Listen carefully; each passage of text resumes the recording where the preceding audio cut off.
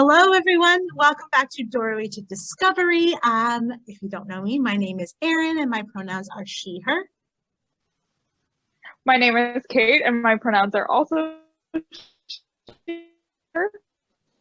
And I'm Shelby and my pronouns are also she, her. Amazing. So what are we talking about today, ladies? Nonfiction. Nonfiction. Nonfiction. Shelby, what did you read? So I read Empire of Pain. Here it is, right here. So this book is The Secret History of the Sackler Dynasty. And for those of you who don't know, also it's by Patrick Radden Keefe. So there's that. For those of you who don't know, they are the people who created OxyContin, and then inevitably marketed it to the masses and doctors as a non-addictive miracle drug for pain for all people. Is lies, and basically ended in the opioid epidemic that is still currently being fought in the States. So this book specifically deep dives into the kind of court case and what happened, because eventually they did, people did find out that that's where their money was coming from. But for a very long time, their names were on everything. They were on libraries. They were on big things in New York. They donated a lot of money and built a lot of things, but people are like, we don't know really where your money came from. And so in the first couple of pages, you kind of get a look at the woman who ran the company, and basically their name was hidden, very, very, very, very hidden on top of other LLCs and other companies. And, you did not know and could not find that this family was connected to this drug enterprise. But basically she owns up to it in her opening statements that she's the reason why OxyContin is as big as it is today. So it's kind of interesting because it kind of goes through that history. It doesn't focus on necessarily the effects of it, but more or less the case surrounding how they figured out that this family was so involved and where the case ended up going. And I thought it was really interesting because I kind of wanted to go in a new direction, something I hadn't really picked up in a long time. And I had actually recently seen a new TV show come out on Hulu. It's called Dope Sick. And it's about, again, the opioid epidemic, but it focuses in on the different levels. So you look at the person to person, doctor to patient. Anyway, so I was really interested. I was like, wow, I never knew that this is how the drug was marketed. And I was like, maybe Dope Sick is based off of a book. It's not. It is based off of real events, though, that did actually happen, and what happened to this one small mining town that were all given OxyContin and told that they weren't addictive, and the downfall of that, basically. So on my perusing of trying to find information about this was literally the only book I could find about this and about this case and this family. So if you're looking for a really interesting read, it's not too long. It reads a lot more like fiction, they're telling a story. It's not necessarily these these are the facts, but it's a very easily read book. And it was interesting. And if you're looking to grow your understanding of this epidemic and where it kind of came from and the kind of power and money, billions of dollars. These people made billions of dollars off of this. So yeah, I just thought it was interesting. It was hard at sometimes because, obviously we know what's going on. It's not necessarily a good situation, but it was a good read. It did take me a bit to kind of get into, but it starts off really strong. I love books about court cases. I read Helter Skelter back in the day, which if you're looking for a book, it's about the Manson family murders, and it is written by the lawyer, the prosecutor who prosecuted the case. So it's very, very, very dense, and it has a lot of legal jargon. But if you're looking to understand the American court system and that would be a really great place to start, because I learned a lot of things. And I personally when I read nonfiction, because I do, or I used to read a lot more nonfiction until these lovely ladies made me a romance reader. Sorry, not sorry. I love true crime. True crime was always my favorite. So this is kind of in that vein, and that's kind of what I went with today. So I definitely just added that mentally to my list. Yeah, that sounds really, really interesting. Yeah. It was really interesting because I don't feel like I know a lot about the subject or really anybody who was involved in it. So it's always good to kind of like open up your mind and learn new things. So if you're looking to learn, this might be a good one to start. And also, like, I love drama, and this is drama. Amazing. Yes. Well, it's so true because it sounds stupid to say, but like when you read nonfiction, you learn things. Like, which is kind of, you know, you don't normally learn something from reading fiction. You sometimes do, like if you're reading like an historical fiction novel, or if it's like a classic fiction novel, then you might learn about like the society that it came from. But it's like you don't normally learn things in fiction. And but I'm not a huge nonfiction reader. I like to listen to nonfiction because I find it too hard to like focus when I'm like reading nonfiction. Yeah. So the one I'm talking about today is an audiobook on Hoopla, which is how I get most of my nonfiction, because Hoopla is amazing and has tons of nonfiction. And so does Libby as well. And so the one I'm talking about today is Just Kids by Patti Smith. And it is read by Patti Smith.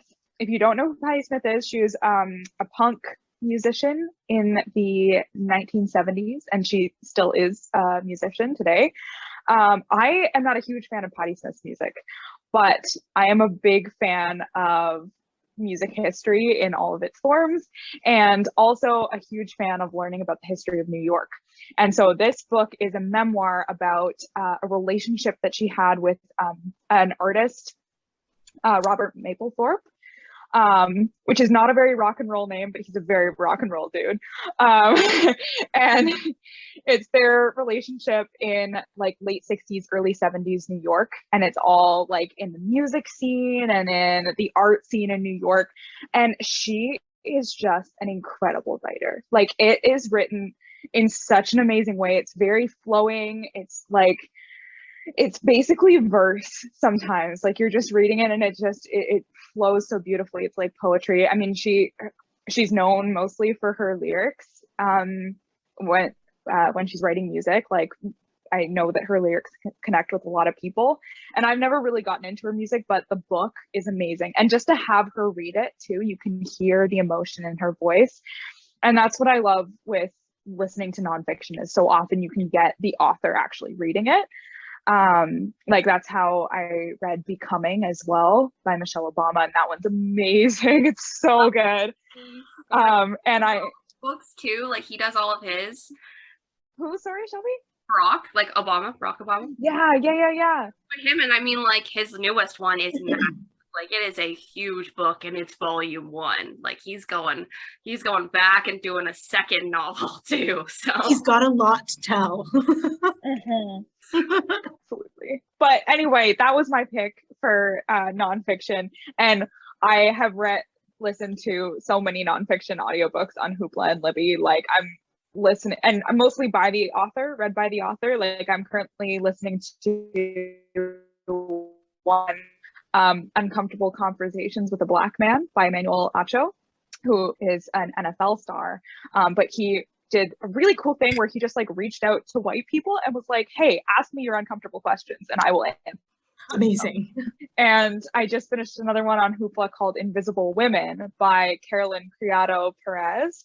And she read it, and it was just all about like how in data women are not represented in statistics, and how this affects just women's lives. Like, for example, did you know that female crash test dummies are I was not going to say, you're talking required? about seatbelts, because I've read this and that blows my mind. Blows my mind. So females are more likely to die in car accidents because they don't have female-sized crash test dummies. Like, pardon? yes. I'm like, no. Yeah, it just kills me. And which is, I think it's such a valid point to make, like, oh my goodness. Because I read something somewhere, they're like, you're literally only finding data on 50% of the population.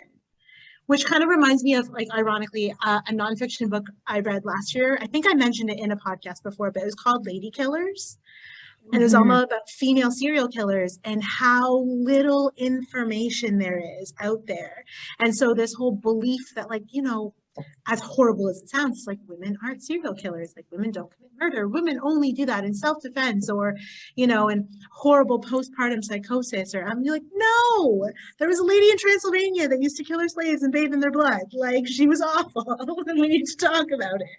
And it would kill me because this book was hilarious when eventually she was on her like 6th husband, and they were like, oh, maybe something's up, and they would take her to court. Like, spoiler alert, a lot of cyanide. They would like take her to court and be like, did you kill her husband? And she'd be like, no, I could never. And be like, oh, guess we don't know what's going on. I'm like, I hate you so much. I do want to make a point though, because like Kate was saying, like listening to nonfiction, I think is really valid. I've just sort of recently got into audiobooks. Actually, thanks to Shelby and Kylie, our other lovely podcast hostess who isn't here today. You guys got me kind of into audio, and I find like if there's a book that I can't really get into for whatever reason physically, listening to it is a really good way. And so much nonfiction is narrated by the person who wrote it, which I think is so important because you get that person's voice. To segue, so I read Furiously Happy by Jenny Lawson, which is narrated by her, and it's quite funny. So again, very much like Kate, I am not a nonfiction writer. Oh my gosh, I'm not a writer at all. A nonfiction reader, because I think I was a tad biased at some point, and I was like, oh no, fiction's just much more interesting. But the more nonfiction I pick up, the more I realize is out there that you don't think of. So like, you know, Shelby's book on the opioid crisis, like I just think nonfiction, I'm like, cool, more World War II, not like books about planes, like I don't care, right? So, but this one is very funny. It's very funny. It reads really easily. So essentially, Jenny Lawson started as a blogger, which eventually I think we're going to talk a little bit more about like nonfiction in the media. But so Jenny started as a blogger, and she was known as the Bloggess, and she blew up in like the mid 2000s or so when like blogs were all the rage. And you can still read a lot of her blog posts online, and she's very funny. So this is her second book, and that is a taxidermied raccoon on the front, and I will get to that. So unfortunately, Jenny struggles with a lot of mental health issues, and she sort of struggled her whole life, and she's very upfront and open and honest about the things that she deals with day to day. And this book kind of came about because she sort of made a promise to herself that she was going to be furiously happy. Despite the battles that she fights regularly, she's going to do everything in her power to be furiously happy.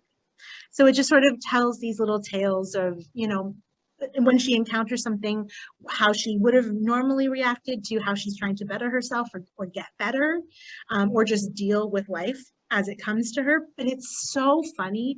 I remember I was reading this like late at night, and I had to like leave the room because I was laughing so hard silently that it was like shaking the bed, and it like woke up my partner. So she just tells these hilarious stories, and she's just such really odd person, which makes it even better. So her father is a taxidermist, because of course he is, and she loves to collect taxidermied animals. So she has a whole collection of them in her home. Several of them are raccoons, and her husband, I think his name is Victor, but he's got a V name. He's just, bless his heart, he's just along for the ride. So one of the things that she deals with is she has a really hard time sleeping. So she just tells the story of, you know, she's dealing with her insomnia, and she doesn't really know what to do, and she wants to be productive, but, you know, so she, for some reason, thinks it's a good idea to grab her several taxidermied raccoons and try to put them on the back of her cats and take photos, because she thinks that these would be fantastic pictures. But the reality of it is, it's like 4 o'clock in the morning, and her husband comes downstairs to her, like sitting cross-legged on the floor, like yelling at the cats because they won't sit still with the raccoons on their backs. And he's just like, what are you doing? It's just fantastic. She's so funny, and she's really real and raw and open, but with this wonderful sense of humor. Like, I really enjoyed this book. I do. She's got another one called Let's Pretend This Never Happened that's on my reading list. But I think that's nice, because I think a lot of people forget that things like this exist, like in nonfiction. We get so narrow-minded about what that genre entails. And it's a decent point, because there's a lot of stuff out there that I think appeals to the masses, because, you know, for instance, like she started it as a blogger, and then got a book deal. And then, like, I have another book here. I don't know if anyone's heard of the comedian Celeste Barber. So this is her book called Challenge Accepted. And she kind of got Instagram famous, and she's a comedian. She's very funny. And her whole thing was she would take, you know, very artsy photos of celebrities, say like in Vogue, and, you know, and then recreate them in the most ridiculous way possible. So, you know, if the celebrity had, you know, a fancy hat that kind of covered the face, she would like put a bag or something and then like recreate the pose. So, you know, that kind of blew up and everyone loved her on Instagram, and, you know, she got a book deal. So that's kind of a really nice way of like taking the things that you like in real life, or the things that you enjoy, and seeing if they translate, which I think is probably valid to say of just reading in general. Yeah. Well, and I mean, it It works for nonfiction. I'm in nonfiction for all the tea. Like, I want to know things that, like, I don't know about. You know, like the tell-alls. Like, I love those tell-all books. And, like, this reminds me of Leah Remini's book, which is Troublemaker, Surviving Hollywood and Scientology. Because, like, I have questions about what the heck Scientology is, and I'd see like in the paper that she had left, and I was like, oh my gosh, like Leah Remini, like she has left Scientology, she has so many things to say, and oh my gosh, did she ever. And it was phenomenal. I was just there reading through, like, I have so many questions and you have answered them all. So if you're looking for just the hot gossip, like is where you need to go. Like I have learned so many things just gossip wise that I would never have known before. Yeah, like all the stuff that came out about the Jessica Simpson tell-all, like I didn't read the book, but I read the tea. Yeah, there's some good stuff. Like people I wanted to know what went down. I was like, ma'am, tell you things like full on, like they're just like here. Like I'm sure you can like watch the TV shows, sure, why not? But it's just there's something so special about like that, like person's voice, like telling you their story. So something when I was doing research for this podcast, something that didn't even cross my mind until I came across it was, you know, TV. We're all familiar with television. Yes. How much nonfiction there is out there that is, I don't know, I don't want to call it a parody because that's not the right word, but like, what's the word I'm looking for? It starts with an S. Somebody help me. Satire? Satire. Thank you so much. Teamwork. That's kind of like satire of that. And I found the two things which I thought were really interesting, which I think would be like a fun like introduction to nonfiction, is if anybody's ever watched Parks and Recreation, there's a whole guidebook to Pawnee, which we all know is not a real place.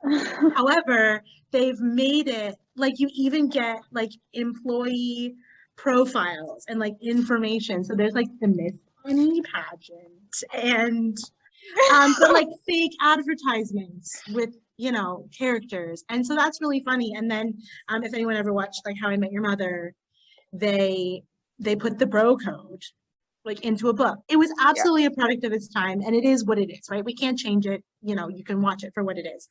But, you know, there was some really funny moments. Like I highlighted a couple.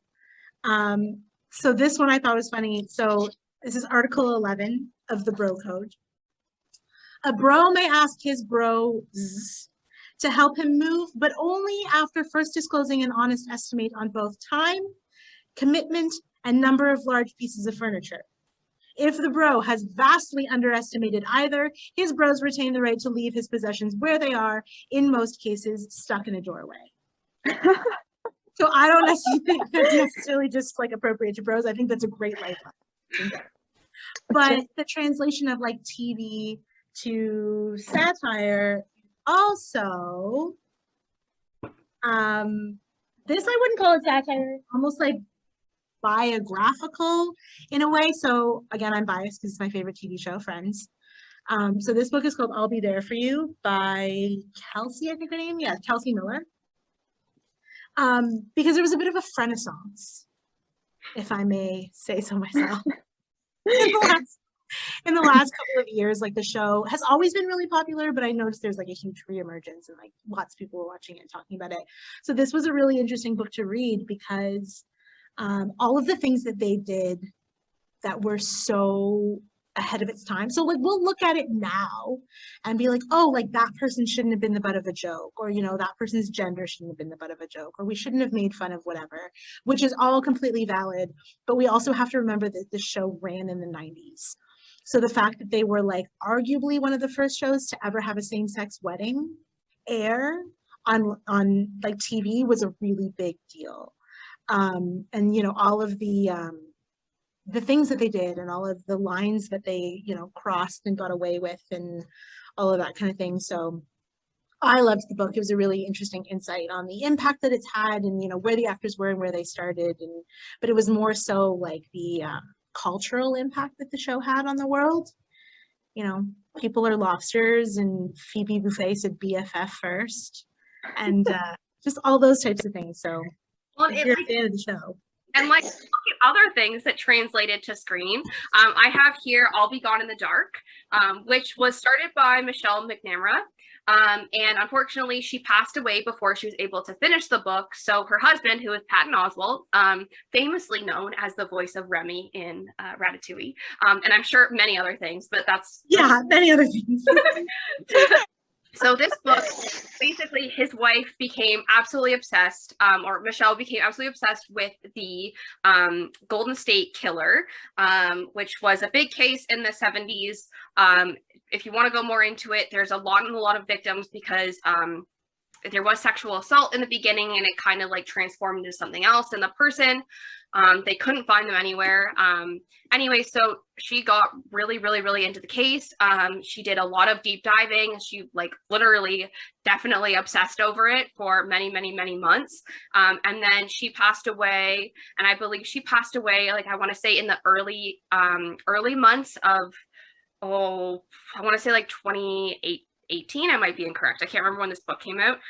Anyways, a couple months later, I think it was like the May of that year, the Golden State Killer was found, and they were able to identify him through like DNA match that they had put in through ancestry.com. So they found him through his daughter. And one of the saddest parts for me, like I read this book the summer it came out, which was right after he had been found. And it's so devastating because there is like a excerpt at the back, and Patton will every once in a while come in and like say like, oh, she didn't finish this part, or like, I want to talk about this. And like the impact of like that on him, like how his wife obviously put so much work and effort into like investigating this case, and then she wasn't alive to see the killer be found. Phenomenal book. It focuses a lot on the victims because there are so many of them. A lot of them were couples. And then they also turned it into a TV show and where they go through the whole thing and you get to see the couples and you get to talk to people. And like, I only got, I think 1 or 2 episodes in before I was like, this is really hard. Like there's so many people that lived through this case and then like obviously lived on and are still alive today. And then another one I wanted to bring up because like who the heck doesn't love a Gordon, oh my god, you can do it. I can do it. JonBenet Ramsey story, because like obviously I have so many questions. I still believe it's the brother. I don't know what you guys believe. Yeah, I kind of do too. But, I'm not a police officer. So but yeah, so true crime is another like really big part of nonfiction. And massive. A lot of times like for me, like I'll turn to nonfiction for true crime because I have so many questions about so many crimes, and you will find phenomenal reads about literally anything. Another really good one, and again, it is a trigger warning, very hard to read. I had to read it over like a period of time, was Columbine. Yeah. And I can't remember who it's by, please. Very hard to read. It's a lot of like first person accounts and like stories and like how they were dealing with it as it was going on and then investigation behind it. But if you're interested in true crime, you listen to a lot of podcasts or, you know, you watch TV, like I would recommend picking up a true crime novel because they are so phenomenal to read and you get so much information. I mean, like anything, you should really like do some research into the biases that authors might have. Like after I finished Columbine, like I did like look up some things that are like, well, like this might not necessarily be true. Like it's one person might have said that, but really this is what happened. So like any nonfiction, it's good to do like multiple books about the same subject to kind of get a better idea. I mean, I personally obsess over certain things and I end up reading everything that I can possibly find about it. But it's good to get like different kind of ideas and like voices about like a certain story that can help like flesh out the real ideas. But yeah, this one I also love in nonfiction, where they do this like thing where they put photos in. Yeah. Like I love that. I don't know. It really makes it hit home. Yes, like these are like real people. Like I absolutely love it. Anytime I pick up a book, I'm like, there are photos in here. Like I'm picking it up. So there's that. Like true crime is I think is a really good way to introduce yourself to nonfiction too, because I can't speak for other people, but I know myself and a lot of like people that I'm friends with, we are disgustingly fascinated with true crime. Like I think that's just a characterization of human nature. Like for some reason you're like, bad scary thing, must know all. So, and I've read quite a few true crimes that were really good. Like one that threw me it's called Runaway Devil. And I remember I had to read it for university because I was taking like a social deviance course. But it was about, I think her name was Jasmine something, and she was like 13. This was in Halifax. And she was essentially groomed by this like 22, 23-year-old man. And her parents found out that they were dating, and immediately was like, yeah, no, putting a stop to that. And she essentially like planned their murder and went through with it with this man. So she was 13 and he was like early to mid 20. And they, unfortunately, they killed her parents and her little brother. And it was this, you know, like whole big thing. It was Canadian. I know she was like released recently because she was like 13 at the time that it happened. So there's definitely something to be said when like the media like sensationalizes stories, or even just history sensationalizes stories. Well, I was just gonna mention like historical true crime is really interesting too. Like there's the book, I haven't read it, but it's called The Missing Millionaire, I think it's called. And it's about Ambrose Small, who he was like a theater mogul of the early 1900s, and he disappeared and we have no idea what happened to him. But the day he disappeared, he had just deposited a check for $1 million into his bank account because he sold his theater holdings, and then he disappeared and no one knows what happened to him. And sorry? In Toronto, right? It's another. That was in Toronto. Yeah, that's in Toronto because he apparently haunts his favorite theaters. But like, that's just a really cool true crime event. And like, I like that aspect of nonfiction too, is you can get like there's also, I have it here somewhere, Devil in the White City, the Eric Larson book as well. And that's like historical crime as well. I actually haven't read this book. It was gifted to me. And it's supposed to be very good. It's supposed to be very good. And I know people like Eric Larson, but I have not read it. I've heard really good things. But it's a serial killer at the Chicago Fair. So yeah, I that kind of stuff is really fascinating as well. It is, and it translates into so many different mediums too. So there's another podcast out there called Stay Sexy and Don't Get Murdered. And it's essentially like a true crime podcast. And the girls who run the podcast, like they wrote a book. It's not called Stay Sexy, Don't Get Murdered. The book the book is called Stay Sexy, Don't Get Murdered. The podcast, I'm so sorry. I'm sorry. Why am I blanking? It's right on the front at the bottom. Is My Favorite Murder. Sorry, I apologize. Podcast is called My Favorite Murder.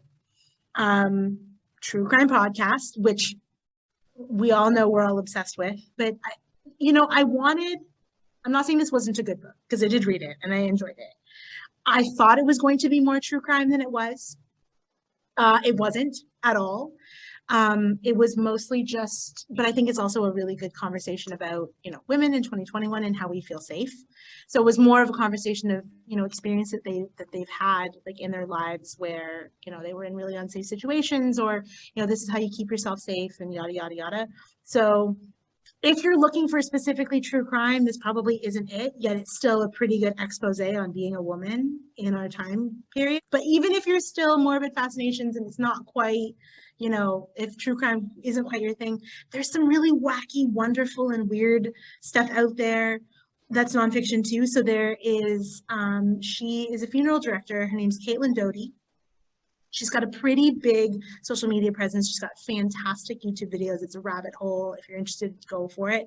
But she's written a couple of books like about the profession, right? Which I think is something that is quite taboo, and most people don't want to talk about it or ask questions. And one of the coolest ones that she wrote that I really liked was, it's titled, Will My Cat Eat My Eyeballs?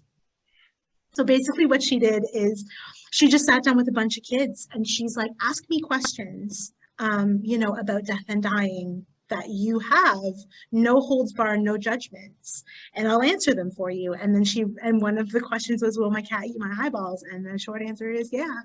Eventually they would. But I think that's another really interesting take on nonfiction, to talk about those things that we normally wouldn't talk about, or answer some of those questions that, you know, everyone has questions, but nobody knows who to ask or how to ask or if it's appropriate to ask.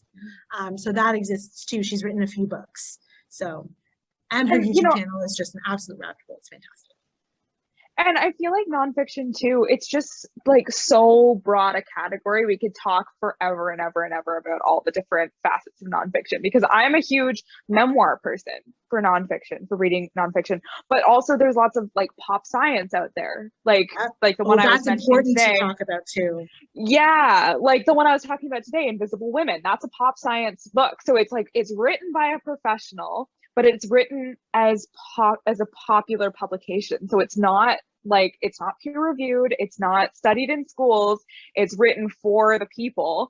And this comes in tons of different forms. It's like new philosophy, new sociology, like you can even have like pop science, like astronomy and math books and things like that. And it's just like sort of an entryway into an academic field, or an entryway into a certain way of thinking. And like, there are millions and millions and millions of books like this, and they're like coming out. Radium Girls.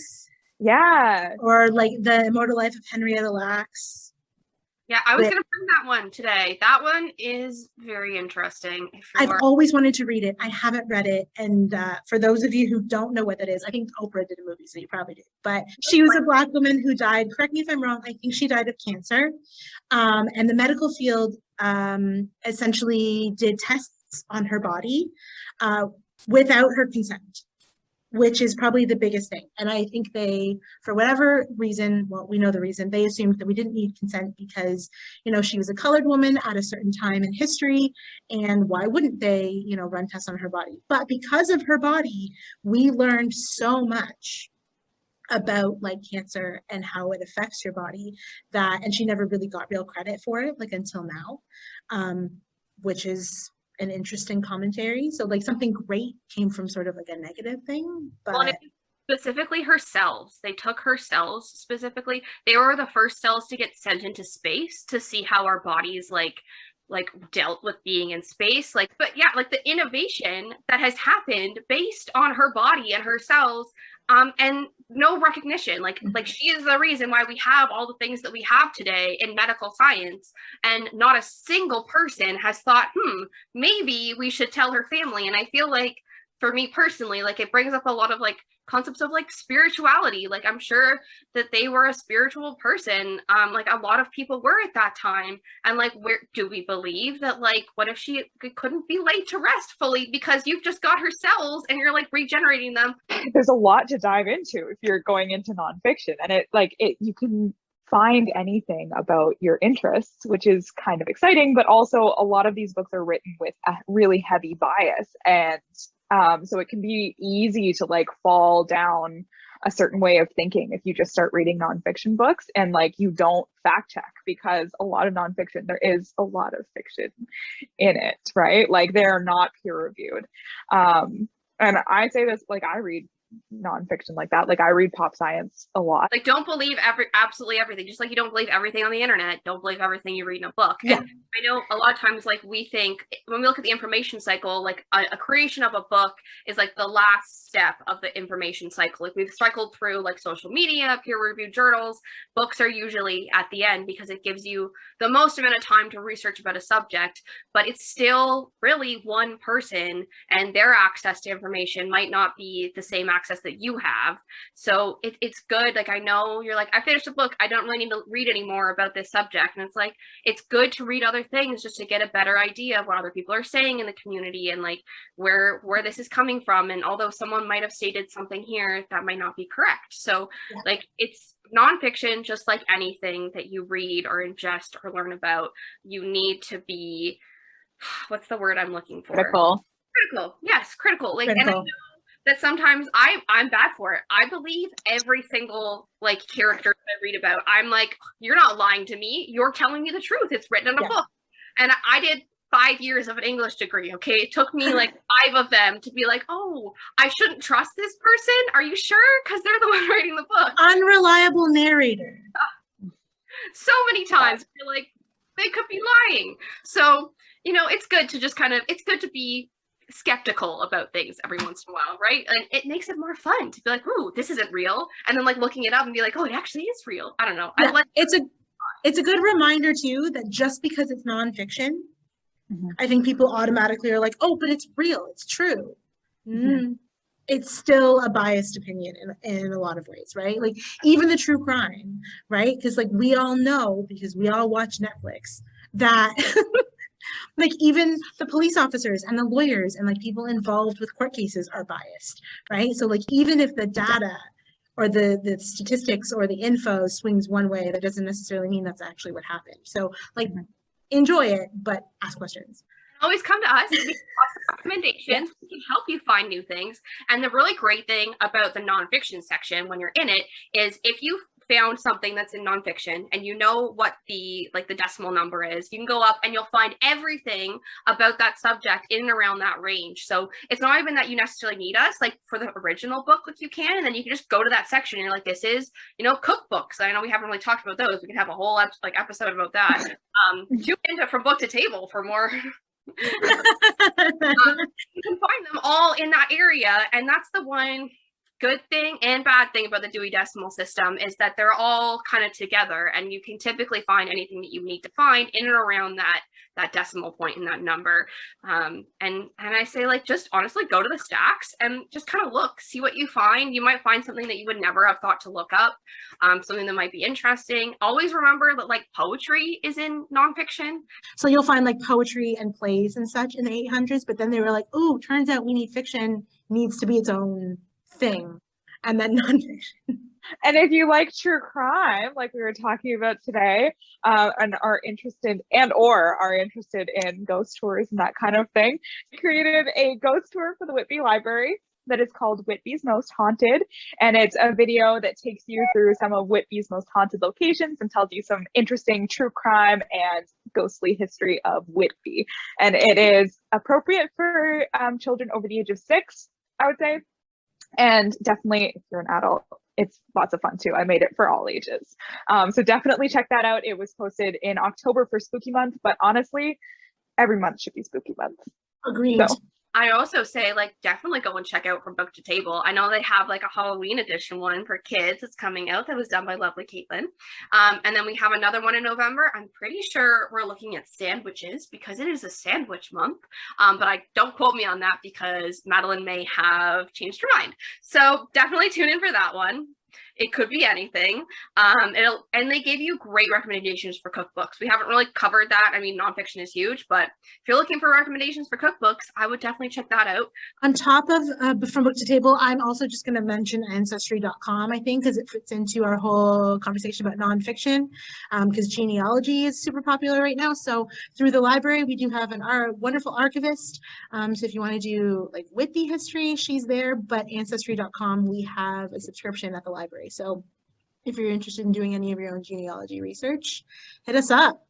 And the Genealogy Club meets every month. So if you're looking to, just if you're brand new to it, if you've been doing it for years, you can always go in there and they just like share different kind of resources and how they do things, and give you an idea of like how to do your own family research. And we also have things called family files. So if you're a prominent family or you have a family in Whitby, we had an archivist who collected everything. So if you're looking for any news articles or information that way, you can always check out the family files too. And correct me if I'm wrong, we have a nonfiction book club, right? We do. So you can join the nonfiction book club. Yeah, the specific nonfiction book club is at Central.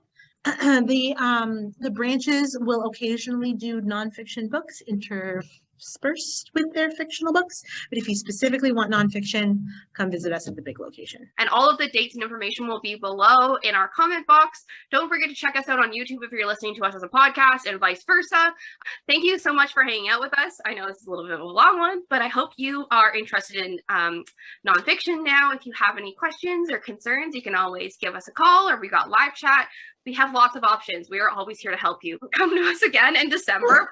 We'll have another brand new podcast for you, and we're coming up to 1 year, so we're super excited about that. Don't forget to check out all of our social media. Lovely Erin does TikTok, so definitely check that out for more readers advisories. And yeah, we'll see you in a month.